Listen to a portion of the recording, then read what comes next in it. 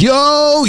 Hey guys, welcome back to another amazing edition of the Best Practices Show podcast. Today, I've got a very special episode of the gaps findings that we found, and there's 5 of them. I have our CEO, Dr. Barrett Straub, and we're going to take you through each one of these findings and show you what no one is telling you about the profit in your dental practice. Do not miss this. So please listen up. Hope you guys enjoy this, and we'll see you soon.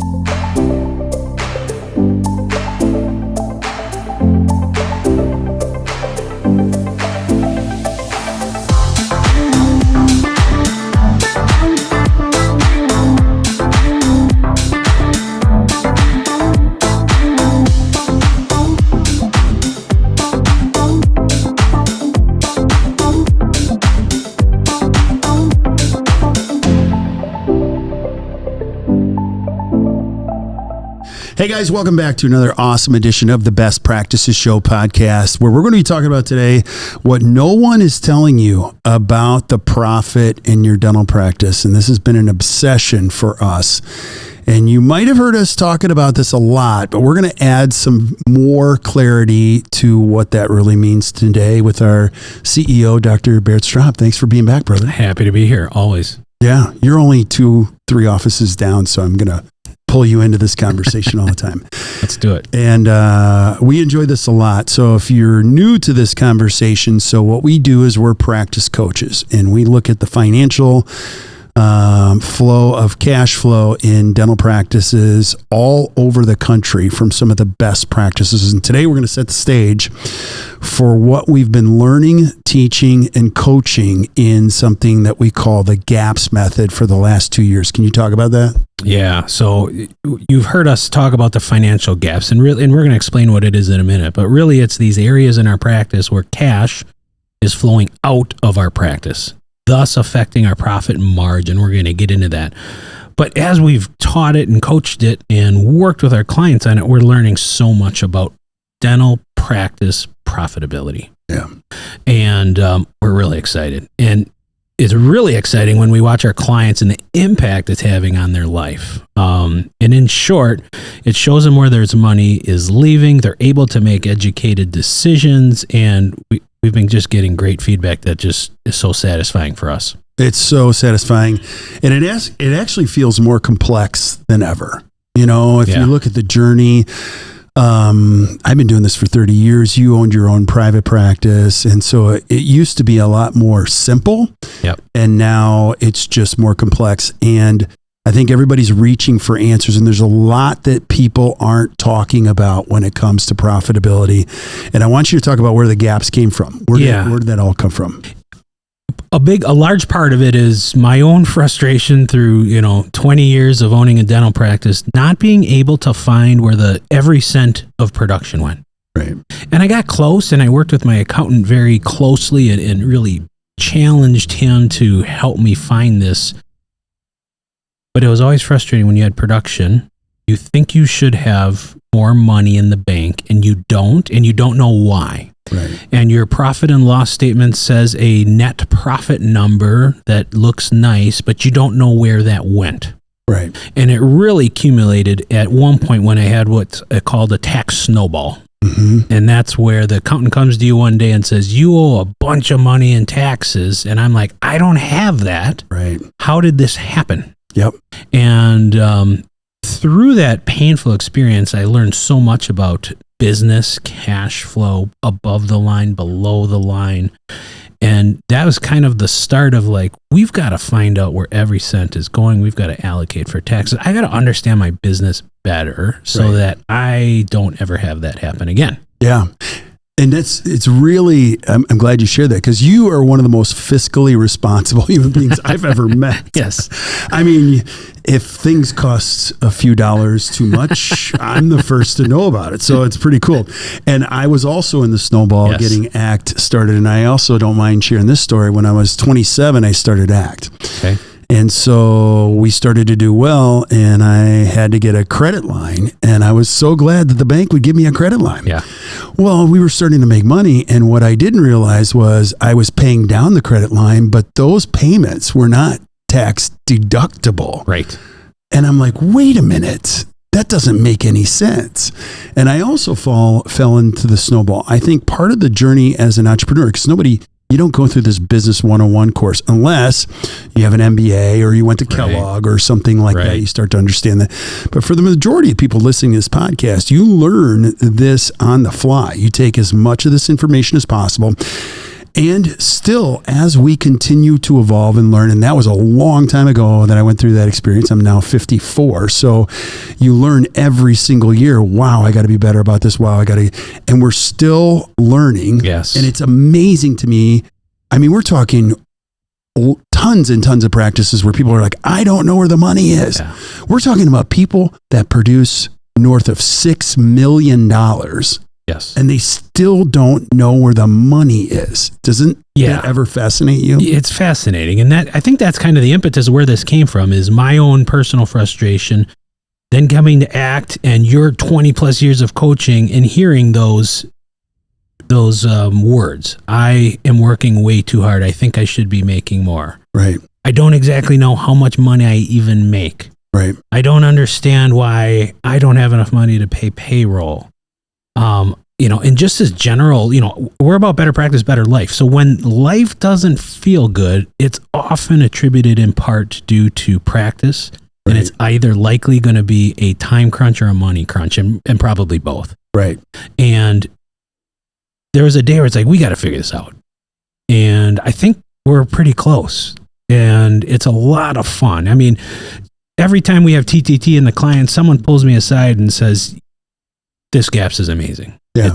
It's giving me more time. It's giving me more control over my finances. I'm liking work more. That's awesome. And, I'm enjoying life more.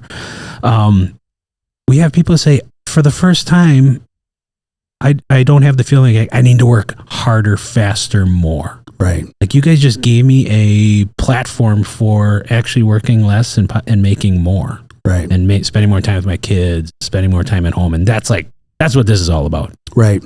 And the origin, I'll just add some context to the origin, is one of the things that we started doing 2 years ago was tracking every single dollar. Yes. From top to bottom, not just cash, but dollar opportunities, which would include gross production. So from the top, which there are inherent challenges with figuring out somebody's real gross production. People go, well, I produce this. Well, you're not putting in your full fee. You don't put in fee.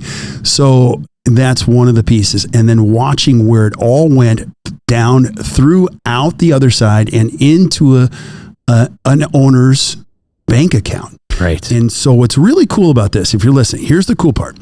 Once you start to follow this process, you can see the flow, and it makes it really easy to say, let's tighten up this one. Let's tighten up this one, and let's tighten up this one. And one of the first things that you said was every dial that we tighten adds one more dollar to the bottom line. Right. Can you explain that? Yeah. A little bit more? We often think increasing profitability is way too complex and it's way too hard, and it can be if we make it, but it doesn't have to be. Right. Once we understand this GAS method, and when we're going to go through it in a second here, and we make incremental, slight improvements to profitability, and there's several different places that you can improve your profit, and you don't have to go wholesale major strategic changes to do this. Right. We can improve profitability a little bit at a time. Now, once you do that, once your profit margin is managed, then when you do produce more, you make more. Right.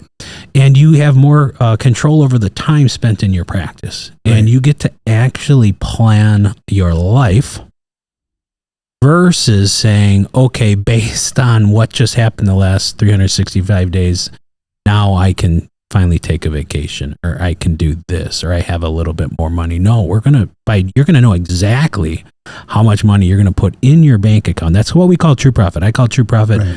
How much money do you actually get to deposit in your personal checking account? And we're going to explain in a minute how to get there. But that's a level of control we want Dennis to have. Yeah, absolutely. And please don't hear that money is everything, but cash is to your business what oxygen is to your body. Right. You need them both. And the other thing that we've seen is that when our clients feel a little bit more profitable, they feel like they have a little bit more self-esteem. They feel like they have more time. Ultimately, what it does is it gives you more freedom of choice. It gives you the choice to say, I'm not working on Fridays. Right. No, I'm leaving at 3. I did this on Friday. I was in DC, and I don't know how many people there were. A lot of people there. And I had people raise their hand. How many of you used to work 5 days a week? Now 4. Hands up. Did your practice die? No, it got better. How many of you used to work in the evenings and now you work, I love throwing up the 7 to 3. And there's inevitably, yeah, you told us 20 years ago to do that. I'm like, did it die? No, it's so counterintuitive. Right. And ultimately you start to make more profit, and there's still a lot no one's telling you about profitability, because there's such a narrative in dentistry. It's produce, which is easy to understand. Like, I'm just going to work harder. We got some bills to pay. So you can say to your significant other, I got to work a little bit harder. I'm just going to outrun the wolf. Yep. And that becomes a tough challenge, right? Absolutely. And yeah, we've learned, like, there's 5 major things we've learned, and we want to go through it. But let's first give the listener, especially if there's a listener new to the idea of gaps, right, we'll give them just a little framework. Yep. And then we'll get into like the top 5 things we've learned about profitability. And so if you think about the gaps, a gap is a space between 2 points. And the points in the gaps model are lagging indicators. And we start with gross production. That's what everyone loves to talk about. Right. And we're going to, shoot some holes in that theory. But gross production is your total output of all your billed fees. And then the next lagging indicator is net production. And the gap in between those two, or at the top of the model, is your effort gap.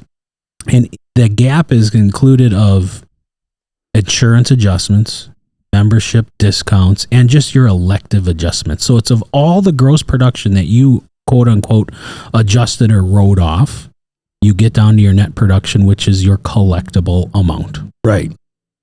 And you also have days worked in there too. Yep. And the equation is days work times production per day. That's how you get to your gross production, which is probably the easiest and most powerful equation in dentistry. Yep. Net production. So that's the effort gap. And we call it effort because it takes effort to produce dentistry. Yep. And it doesn't mean that all adjustments and write-offs are bad, but we have to account for it and understand that when we write off some of our output, we're giving of our effort. Right. Time, money, blood, sweat, and tears. Right. And can I add one more thing? Please do. So recently, the Health Policy Institute for the ADA published these statistics, and the average dentist, assuming that they're working 8 hours a day, the effort's going up. Yeah. So it went from 209 days to 220 days a year. So people are working harder and harder for less. Right. Because the net income of dentists are going down as a whole. Yep. We don't see that as a whole, but that's the industry as a whole. Right. And it's counterintuitive, right? Okay, dentists nationwide are working more days. Right. They're working longer hours. Patient wait times are up, meaning demand is high. It's maybe as high as it's ever been. And the result should be like, and we're making more, and actually we're making less. Right. And the only reason that's happening is there's pressure on the profit margin. The profit margin is shrinking. The amount of that production that we can actually put in our pocket is shrunk. Right. And so when that happens, there's only 2 ways to make more money. It's work more or minimize or maximize your profit margin. Yeah. And most people, because that's the story out there, that I got to work more. I got to buy another practice. I got to hire a couple associates. I got to churn and burn, baby, and do a bunch more dentistry in order to make a little bit more. Right. Now go to the next gap. Yeah. So collections gap. So now we've written off our gross production. We're left with net production. That's our collectible amount, 100%. That's our maximum revenue. How much did we collect? Mm-hmm. So if you collect 100% of your net production, you don't have a gap. Great job. Keep doing that. But if you only collect 95%, there's 5% gap. Right. And when you do the math on what 5% of your net production, I want dentists to think that came out of my pocket. Right. Because not collecting that money didn't save you any overhead expense. It's already spent. It didn't save you anything. It literally came out of the doctor's pocket. Right. That's the collections gap. Then so we've written it off. We have net production. We've collected our money. That's revenue in. Now we're at the top of your P&L. and we pay our overhead or overhead gap. So that's something we all know, and that's our normal business expenses. And after you pay your overhead, you're left with a net profit. Right. And then the cash flow gap. Yeah. What's the cash flow gap? That's the most complex and confusing. And we believe, as a dentist, I always thought, well, every dollar I pay out of my business is a deductible expense. Right. And they're not. So there's deductible expenses and there's below the line non-deductible expenses. And when you're paying your practice loan through your company, that's not deductible. Yeah. It's still valid. It's still good, but you're paying that with profit. Right. And when you buy a CEREC machine and you can write off the interest, but you can't write off the principal, you pay it through the company, you think that should reduce your taxable income. It doesn't. You're paying that with profit. Yeah. When you take a line of credit and you pay that back, you're paying that with profit. None of those payments are on your P&L. Yeah. And most dentists don't know about this because their accountant only shows them a P&L. Right. And so we're into this very complex world, and it's pretty simple once you understand it. Yeah. And our model accounts for for taxation of it, and then you get to see where your true profit is. And this is the cause where the dentist says, I don't know where all my money goes. And then we put them through the GAPS method, and we show them, like, you're just over leveraged a little bit. You got too much debt. And we show them a way out that in a couple of years it's going to get better. And there's different things we can do, and we can maximize your profit margin and start breaking even, and then getting north of even in profitability. And just so much knowledge is power. Yeah. Once you know this, it's pretty simple as what we need to do to get back to a positive cash flow. Absolutely. And so I'll just add to this, the average dentist, according to that study in the United States, makes $218,000. So if you're average, which I hope you're not, you're listening to this, you go, okay, well, I made $218,000. Your accountant's saying, well, that's pretty good. You're average, Mm-hmm. And then you go home to your significant other and you're like, well, we only put $110,000 in our, checking account. Where did all that money go? Well, 108 of it went to taxes and loans or loans. And I'll also say this, it's pretty easy to get a loan. There's a lot of pride in a loan. I got a loan for that. Right. You know what I mean? It was pretty easy. Right. Because it's just, if one more supply person says it's just one more crown a month. Just another crown. It's just another crown. So that's just one of those things you have to pay attention to. And the whole idea is not adding more debt once you retire debt. That's a whole nother conversation in there. So, and I'm also pretty biased because the P&L statement is one of the least effective pieces of paper to run a business. It does tell you where cash went. Right. That was deductible for tax purposes, but it doesn't tell you how much cash opportunity you lost at the top, how many days you worked, what was your gross production. It doesn't. Any good accountant knows, well, I can only count real dollars. Right. So I can't tell you how hard this dentist worked. I don't know how much they wrote off. I'm just telling you where the cash came in and where it came out. And 99% of dentists don't know how to read a balance sheet. Right. They're just like, it's an extra piece of paper here. Yeah. Right. So, or ever see a balance sheet or a cash flow statement. For sure. Yeah. For sure. Our goal with this podcast is just to educate you and show you what's really going on. Now you have to do the work after this. Absolutely. So what were the top 5 things we learned? Yeah. So number 1, the top 5 is the word profit has many different definitions. What? I know.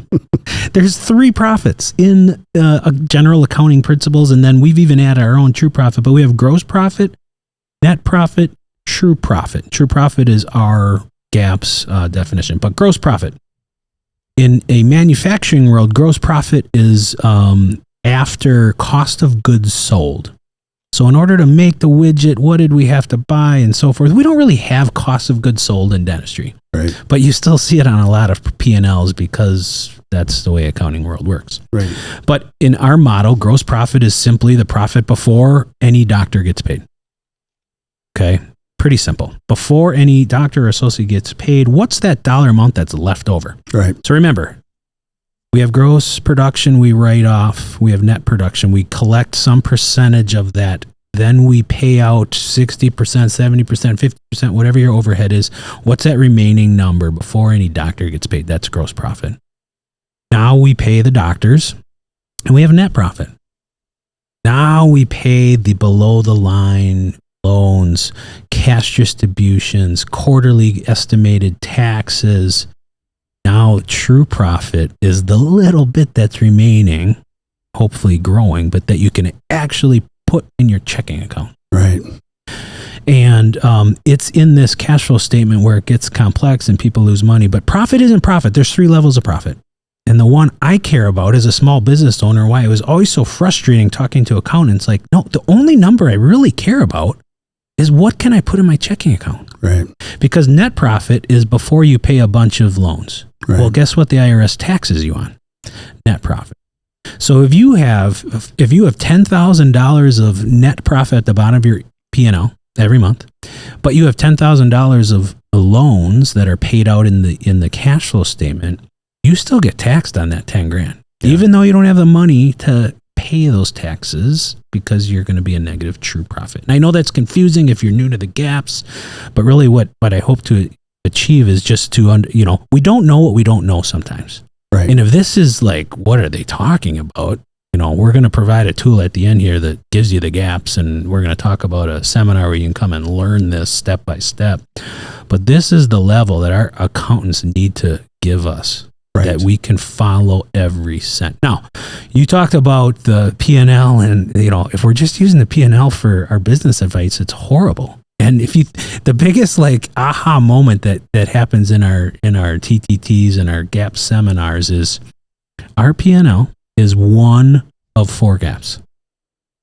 It's not even talking about the effort gap. It's not even talking about the collection gap. Our P&L starts with actual revenue.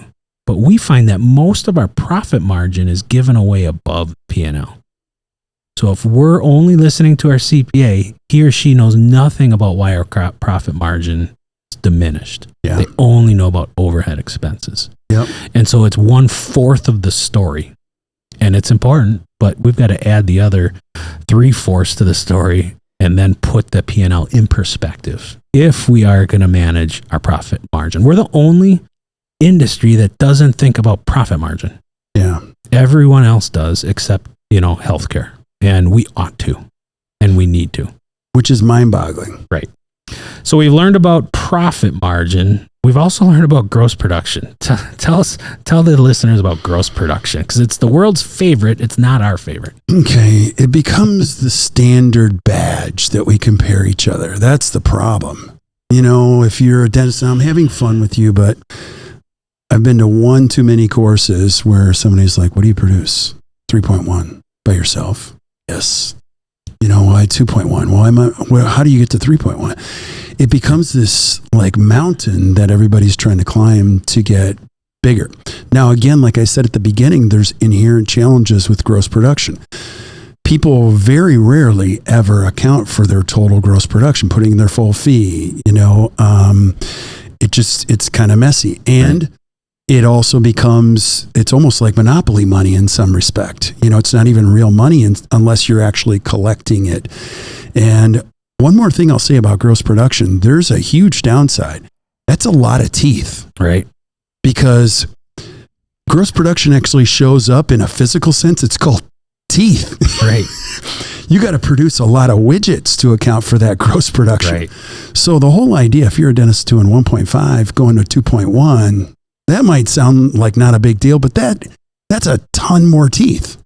Right. And it's a great point. And by doing this with so many clients, hundreds of clients we've worked through gaps, we have evidence where we could have a $3 million gross production practice and a $1 million. And this has happened where the $1 million production doctor is making more money than the $3 million. Right. And it's all about profit margin. Yep. And so gross production means absolutely nothing unless I know what your profit margin, how much you're making on that million or that 3 million or that 2 million. And then when someone says, I want to ramp up gross production, we always ask, well, let's first know how much of that added production you actually get to keep. Right. Because what we're finding with all our clients is more often than not, your effort would be better spent controlling your profit margin, maximizing it, managing it. We actually can make more money while working the same amount of days. Yep. And only once that profit margin is maximized, in my opinion, do doing more production make a ton of sense, because then at least you know, like, I know the exact percentage of each dollar of production that I will get to take home. Right. Most people that do more production because they feel they need more money work harder and don't really make too much money, because you're taking a measly profit margin with you. So you're just working more and more and more and harder and harder. And I could spend 15 minutes on this one alone, but the true tragedy of not really understanding the gaps in chasing gross production is you chase something that isn't you. Yes. Some dentists put a ladder, it's a cliche thing, but you put a ladder on the wrong wall, which is, I have this conversation all the time. Why are you adding 4 more ops? Well, for the associate. Do you have an associate? No, but I'm going to get one. They chase the bigger thing, and they're like, I had a dentist on Friday go, I need to hire some associates. I said, why? Because I need to take some time off. Right. You know, wouldn't that help me if I just hired a whole bunch of dentists to do the work for me? It may. Right. If you understand what you're doing, but I think that's the buyer beware thing. So gross production is a very small part of the formula. And then you said it a long time ago, like, listen, how many of your patients pay your full fee? Yeah. That's a better conversation. What percentage of your patients? So, and that takes us to number 3. So we talk about different definitions for profit. 1 we've learned, 2 is just gross production is useless. Number 3 is annual patient value. It's my new favorite KPI, and it might be the most valuable KPI. APV. How do you get that number? Annual patient value. What if I'm listening to this? How do I figure out that number? It is your last 12 months revenue or collections divided by your active patients. Why is that so valuable? Why is it so important to know that number? It's such a cool number. It tells us the efficiency of your production. So, regardless of what your gross production is, it tells us how you got there. So, we can have 2 different practices, both gross producing 1.5 million, for example. One does a lot of dentistry on a fewer amount of patients. Let's say they have 1,000 active patients, right? Single doctor. And the other does a little bit of dentistry on a lot of patients. Let's say they have 2,500 active patients. These are not abnormal. We see this all the time. Right. One is working a lot harder. More days, more hours, a faster pace, a more chaotic pace, doing little bits of dentistry on a ton of patients. The other is spending more time with patients, doing more comprehensive dentistry, more time to think, more time to do consultations, more time to do check-ins with his or her team. Right. And they're doing a lot more dentistry per patient to get to it. Both get to the same gross production, but both Tuesdays look very different. Right. You're also leaving out the fact that on both of those Tuesdays, one practice has trained patients to pay for dentistry. Right. And that's the expectation. The other one, maybe not so much. Right. So it's a different conversation that happens at the front. You're also talking about a different team. You're talking about a team who's like, no, they're going to pay. Right. And if they come in, they're going to come in when we schedule them. Not, okay, we'll see you whenever you want. Right. Now, I'm opinionated about that, but for the most part, that's true in those cases. So you're talking about a different kind of flow, a different kind of confidence, a different kind of training for patients. Yeah. And what's so cool about dentistry is you can choose all of this. Yeah. You can choose all of it. So. Absolutely. Now, number 4, let's go to number 4. Oh, this is going to be and I want to hand this one to you because this has been a very interesting learning on our part. Yeah. So tell the audience what number 4 is. Okay, so number 4 is most practices out there with high overheads probably aren't spending too much. What? That is true. Are you using my line? Yeah.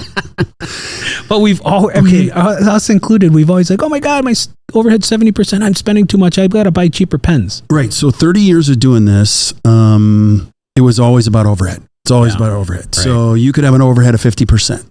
You should have an overhead of 50%. Remember those days way back then? Now, some of that is still true, but then, Dental Economics several years ago published that the average overhead in dentistry was 71%. Mm-hmm. Now, overheads are still high, and we're going to break this down a little bit. But people are thinking, okay, well, overhead's high because it costs more. Dentistry's more expensive. Right. And part of that is true. It's absolutely true.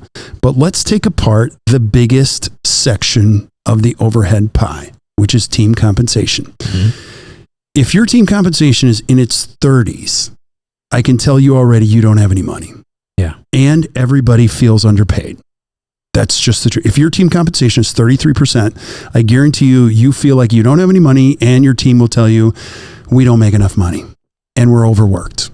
Now, there's a lot of reasons for that. It could be you don't have enough systems in place. That's one piece of it. But we used to say this, and this is still true, and now we have even more detail, that if your team compensation is 33%, it's not that you overpay people.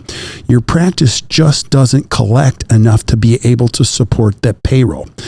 Now, I used to think in a singular fashion, it was only about systems, but now it's write-offs. We find people that are writing off as much as 43%. Now, I'm going to go off on a rail on here, because let's just do a practice that has let's do a $1.5 million practice.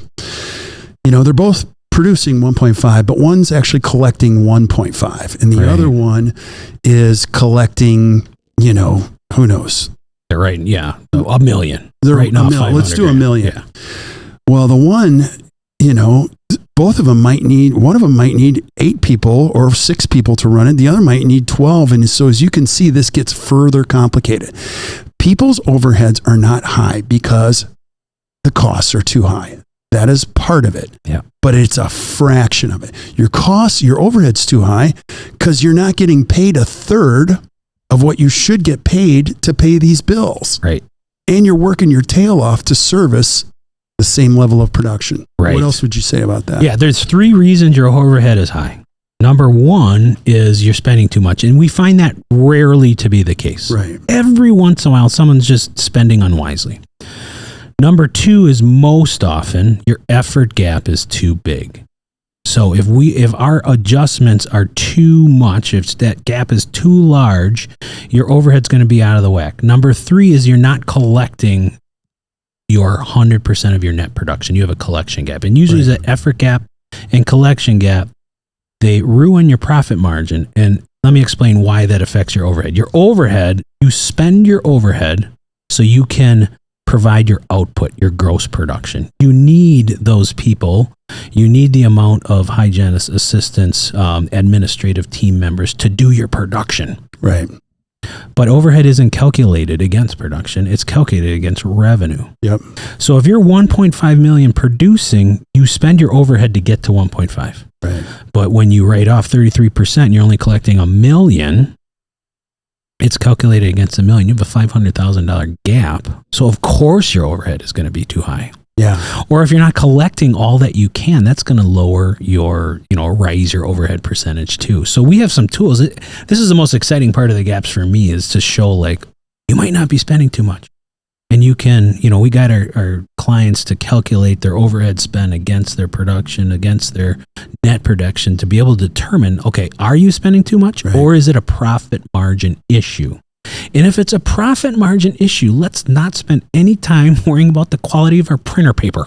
Right. Or how much toner we're buying. Because, gosh, what a waste of mental energy and emotions to do that. Now, if you are spending too much, we have a whole budget thing and we can work you through it. And there's easy ways to lower your overhead if you're spending unwisely. But far too much emotion is spent I'm spending too much, I overpay my team. Well, no, you don't. Right. Your profit margin is too small to afford your overhead spend. Completely agree. And we didn't say it during this podcast yet, but you've heard us say it in previous podcasts. When you're writing off 33%, generally speaking, you're working 1/3 of the time for free. Right. That means you work all of January, all of February, all of March, and all of April without collecting a penny. That sounds great. No, it sounds terrible. On May 1st, you actually start to get to ask patients for money. Right. And then you pay your overhead for the next handful of months. And when do you get paid, doctor? The last 2 weeks of December. November 28th. Yeah. Right. So, but again, we're not saying that. We're saying this because this is all we are obsessed about making. Our whole thing is better practice, better life. So we're obsessed about helping dentists maintain control so that they can make the choice to work how they want, how long they want, and you can do all of this when you know all of your gaps. One more thing I'll add about the, effort gap. when you're playing in the effort gap, you are losing control of everything. You're losing control of your pricing. You're losing control. You can't even make decisions on a lot of the care that you're providing. Right. And it steals the very fabric of why you became a dentist in the first place. So it's only scratching the surface when you're talking about the money. That's what's so fun about this, is helping dentists get control of one piece of their life, then the next piece and the next piece. And I love it more than anything when we're in this room and we have a young dentist come up to us and she goes, you know what? I didn't think I could do this. Right. I know I can do this now. Yeah. And we have another dentist who practices not too far from here. And she's like, I was working 4 days a week. And I'm like, I could make the same money or better working 3 days a week. And all I'm going to do, I'm going to tighten up my schedule. My kids are getting a little bit older. That's the fun stuff, don't you think? Absolutely. And that's when it's most satisfying for us. Yeah. So we've covered 4. Let's do our last one and we'll close this out and help people with some offerings that they can learn this method. But number 5 is the number one reason dentists rarely know where their money going lies in the cash flow gap. So when you say like, I don't know where all this money went, it's below the line expenses. And we've talked a lot about this, so we don't need to go deep into it. But I want dentists to think about this part of it. All the loans that you are paying through your company, so for any practice loans, for any line of credit, for any technology loans, right? That is, you're paying it with profit. Yep. And it's fine and it's good and you need to invest in your company. But when you have too much of that, your profit goes down. Now, that's profit you could have. Now, we need to invest. We need to buy technology. We need to pay for the practice. We need all that. But knowing that before, now people can manage their leverage. Right. They can manage the speed at which they take out loans. They can manage depreciation schedules so that they still have money at the end of the month to put in their bank account. And so that is the number one thing that I wish someone would have told me on day one of practice, that all those loans are fine and good, but that is your profit you're paying with. You're getting taxed on it. You're paying out of your profit. And so knowing that allows us to be a lot more educated and make better decisions about how many loans, how quickly I'm going to buy this stuff. And I was always a proponent of like one step at a time. Yeah. And you didn't even mention the fact that those loans have interest on them. Right. You know what I mean? So right. It's accumulating negatively. Right.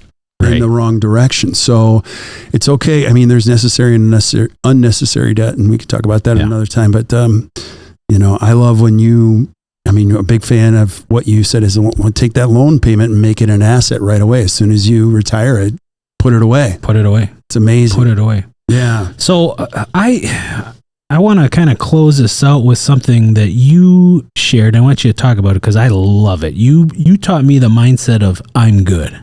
Mm-hmm. And like you said before, like we talk a lot about money and making money, and we find the people that chase production are chasing money, and it rarely works out. Yeah. The people that manage their profit margin one day wake up and say, I'm good. Yeah. Can you describe that? Because I love the mindset. I'm good is like there's a certain number that's going to make you happy, and any additional amount doesn't really bring you happiness. There's a lot of truth to more money, more problems. I mean, what no one else tells you, this would be another great class, is that the downside of making more money is you jump a few tax brackets. Right. And the IRS is so kind because they have a 29% interest on payments and stuff like that. So I think one of the things that you can do, and we do it here at ACT, is like, I have a salary. I know what I need. That's the money I get.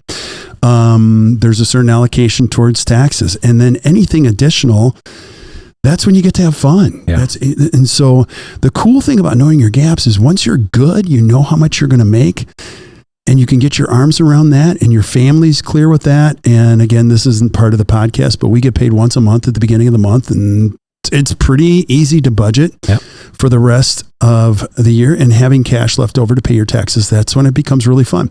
Then you can put pressure on yourself, and you're like, wow, the rest of that is gravy. Now you have a great accountant who's like, wow, we got an extra profit thing. What do you want to do with it? Well, now I can either increase salaries. We can think a little bit differently.